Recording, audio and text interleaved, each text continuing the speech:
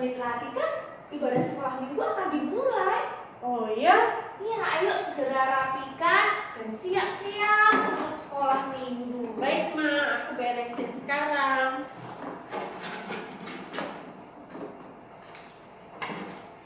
Oke. Simpan lagi di tempatnya. Baik, Mama. Saat ibadah, tidak sambil makan, tidak sambil minum, tidak sambil bermain, tidak sambil tidur-tiduran. Saat beribadah, gunakan pakaian yang rapi, duduk dengan baik, dan jangan lupa siapkan Alkitabnya. Selamat beribadah. Hai adik-adik, apa kabarnya hari ini? Pasti kalian sehat-sehat semua. Lause Febri, apa kabarnya hari ini? Luar biasa, Lause. Pak Sadra dan Viko, apa kabarnya hari ini? Luar biasa. Wah, semuanya semangat memuji Tuhan. Nah, adik-adik, apakah kalian masih ingat firman Tuhan minggu lalu yang bercerita bahwa Lydia percaya kepada Tuhan dan mau melayani Tuhan? Adik-adik, bukan hanya kakek, nenek, papa, mama, koko, cece, tetapi kalian juga, kita semua mau melayani Tuhan. Dan kita mari puji Tuhan, sama-sama melayani Tuhan. Musik!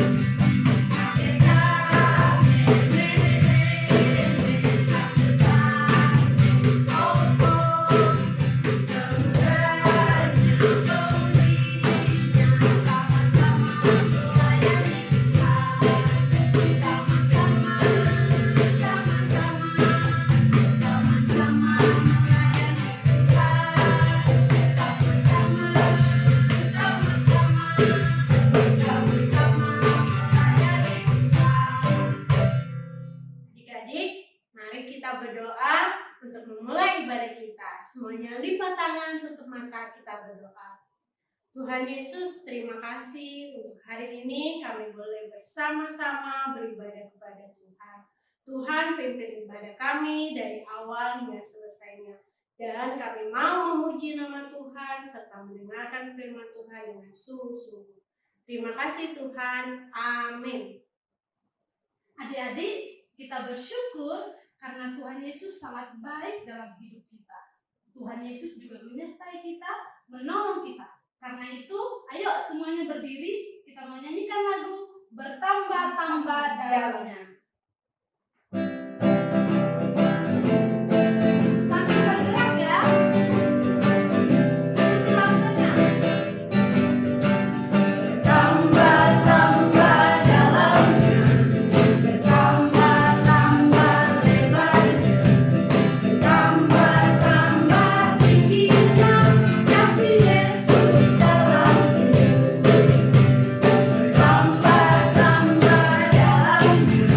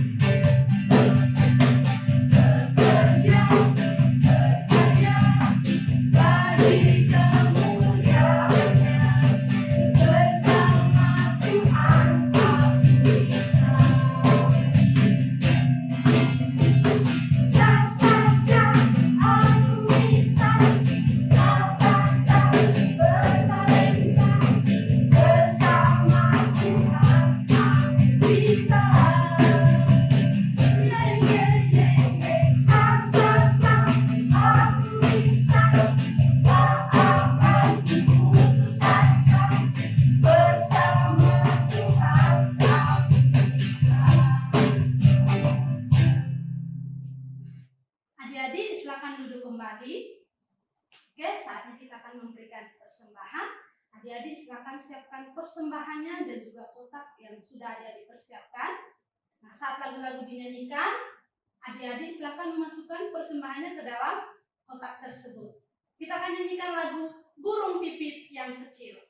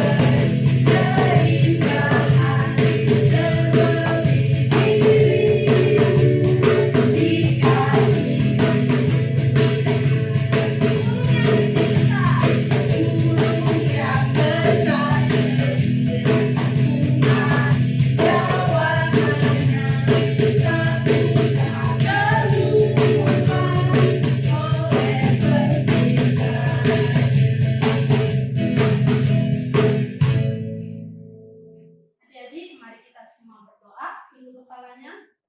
Tuhan Yesus yang baik, terima kasih buat hari ini Tuhan.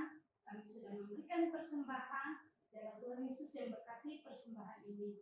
Berkati juga usaha Papa Mama. Di dalam nama Tuhan Yesus kami berdoa. Haleluya. Amin.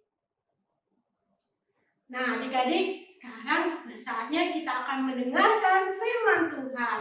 Kita mau belajar firman Tuhan dengan sungguh-sungguh. Untuk itu, mari kita memuji nama Tuhan. Mari Tuhan berfirman.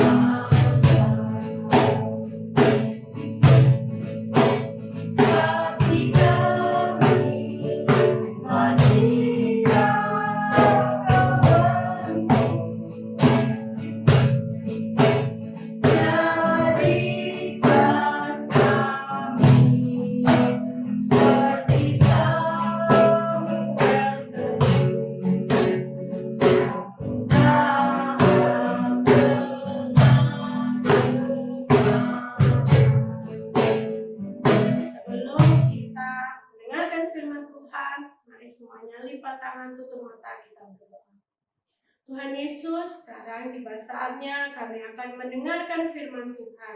Tuhan tolong kami boleh duduk dengan baik dan boleh mendengarkan firman Tuhan dengan baik. Kami mau belajar firman-Mu dengan sungguh-sungguh. Terima kasih ya Tuhan, hanya dalam nama-Mu kami ucap syukur dan berdoa. Amin. Jenny? Iya Ma, kenapa? Sebentar. Bantu Mama ya untuk merapikan buku-buku Mama. Oke Ma, tunggu.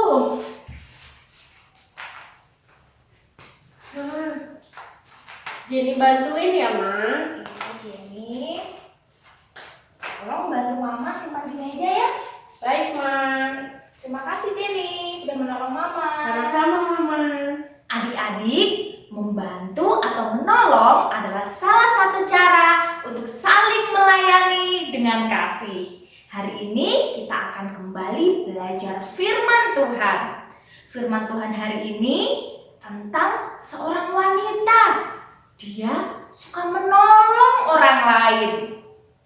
Saat kalian mendengarkan firman Tuhan, kalian akan belajar dari Alkitab. Ingat, saat kalian mendengarkan cerita dari Alkitab, ceritanya sungguh-sungguh ada karena Alkitab adalah firman Tuhan. Ayo sekarang buka Alkitabnya, kita akan membaca dari Kisah Para Rasul pasal 9 ayat 36. Kisah Para Rasul pasal 9 ayat 36. Pastor Eka akan membacakannya untuk kita semuanya. Di Yope ada seorang murid perempuan bernama Tabita, dalam bahasa Yunani Dorcas. Perempuan itu banyak sekali berbuat baik dan memberi sedekah. Dorcas tinggal di sebuah kota bernama Yope. Ia sangat mengasihi Yesus. Untuk menunjukkan kasih Yesus kepada sesamanya, Dorcas suka menolong orang-orang yang ada di sekitarnya. Untuk melayani Yesus, Dorcas melakukan perbuatan-perbuatan baik kepada jemaat-jemaat yang ada di gereja, kepada jemaat-jemaat Tuhan yang membutuhkan. Dorcas senang menolong orang lain yang membutuhkan. Coba lihat apa yang dilakukan oleh Dorcas. Dorcas membuatkan pakaian-pakaian untuk orang-orang yang tidak memiliki uang untuk membeli pakaian. Orang-orang yang memiliki pakaian yang diberikan oleh Dorcas, mereka sangat senang dengan apa yang Dorcas buat untuk mereka. Suatu hari Dorcas jatuh sakit. Semakin hari tubuhnya semakin lemah dan akhirnya dia meninggal. Orang-orang menjadi sangat sedih, terlebih orang-orang yang pernah ditolongnya. Beberapa jemaat yang ada di gereja Yope, mereka mendengar bahwa ada salah seorang dari murid Yesus yang bernama Petrus sedang ada di kota Lida, kota yang tidak jauh dari Yope. Mereka segera mengutus 2 orang untuk pergi kepada Petrus. Mereka berkata kepada Petrus, "Ayo cepatlah, tolonglah segera datang ke Yope dan tolonglah kami." Mendengar itu, Petrus segera bergegas untuk menuju ke Yope. Setelah sampai di tempat di mana Dorcas dibaringkan, Petrus melihat Dorcas yang sudah meninggal. Petrus melihat di sana banyak orang-orang dan banyak perempuan-perempuan yang menangis sedih. Mereka adalah orang-orang yang pernah ditolong oleh Dorcas. Mereka berkata kepada Petrus, "Lihatlah, pakaian ini sangat indah. Ini adalah pakaian yang dibuatkan Dorcas untuk kami. Kami sangat sedih, tolonglah kami." Perempuan itu menangis sedih, mereka kehilangan Dorcas. Lalu Petrus menyuruh semua orang itu untuk keluar. Setelah semua orang keluar, Petrus bersujud dan dia berdoa kepada Bapa di sorga. Dia berdoa agar Allah menolong Dorcas, membangkitkan Dorcas. Setelah selesai berdoa, Petrus berkata kepada Dorcas, "Dorcas, bangunlah." Setelah itu, mata Dorcas terbuka dan dia memandang Petrus. Kini Dorcas telah bangkit dan dia sehat kembali. Dia siap untuk kembali melayani Tuhan Yesus. Sungguh suatu mujizat. Allah membangkitkan Dorcas yang telah meninggal. Kini Dorcas hidup dan kembali sehat. Dorcas bisa kembali melayani Tuhan dengan menolong sesamanya. Lalu Petrus segera memanggil kembali orang-orang tadi untuk masuk dan melihat Dorcas yang tadinya meninggal karena kuasa Allah. Dorcas hidup kembali. Semua orang yang melihat Dorcas telah hidup dan sehat kembali, mereka menjadi percaya kepada Yesus. Dan berita itu tersiar sampai ke seluruh kota Yope. Dan semua orang yang mendengar berita itu menjadi percaya kepada Tuhan Yesus. Kini Dorcas bisa kembali melayani Tuhan dengan menolong sesamanya. Adik-adik, Tuhan juga memberikan kita hidup. Tuhan ingin agar kita mau melayani Tuhan dengan apa yang sudah Tuhan berikan kepada kita. Dengan kemampuan yang Tuhan berikan kepada kita. Untuk melayani Tuhan, adik-adik bisa melakukannya dengan banyak cara, dengan apa yang adik-adik bisa lakukan. Misalnya, seperti tadi, Jenny mau menolong mamanya untuk merapikan buku-buku mama. Kalian juga bisa melakukannya. Saat di rumah selesai bermain, kalian mau merapikan sendiri mainannya. Atau ketika kalian melihat papa, mama, atau kakak, atau siapa yang ada di rumah sedang sibuk atau kerepotan, saat kalian bisa menolongnya, kalian bisa melakukannya. Itu sebagai wujud kalian mau melayani sesama. Karena kalian mau melayani Tuhan dengan menunjukkan kasih terhadap sesama kita. Nah, tadi kalian sudah mendengarkan firman Tuhan. Sekarang ayo coba jawab pertanyaan dari Lause Eka. Menurut kalian, kenapa Dorcas mau menolong sesamanya?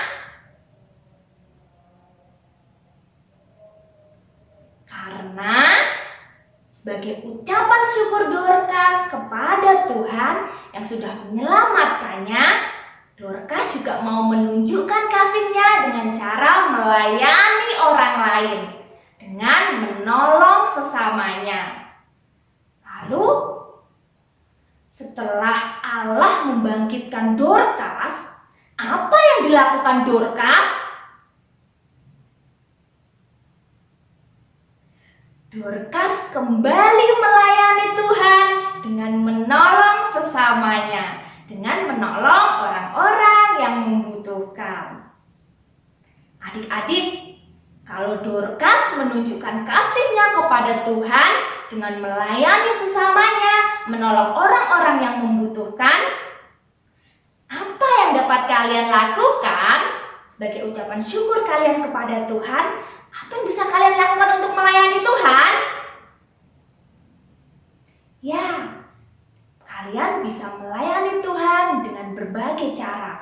Menolong papa mama, menolong teman, ataupun dengan cara-cara yang lain yang bisa kalian lakukan untuk menunjukkan kasih terhadap sesama kita.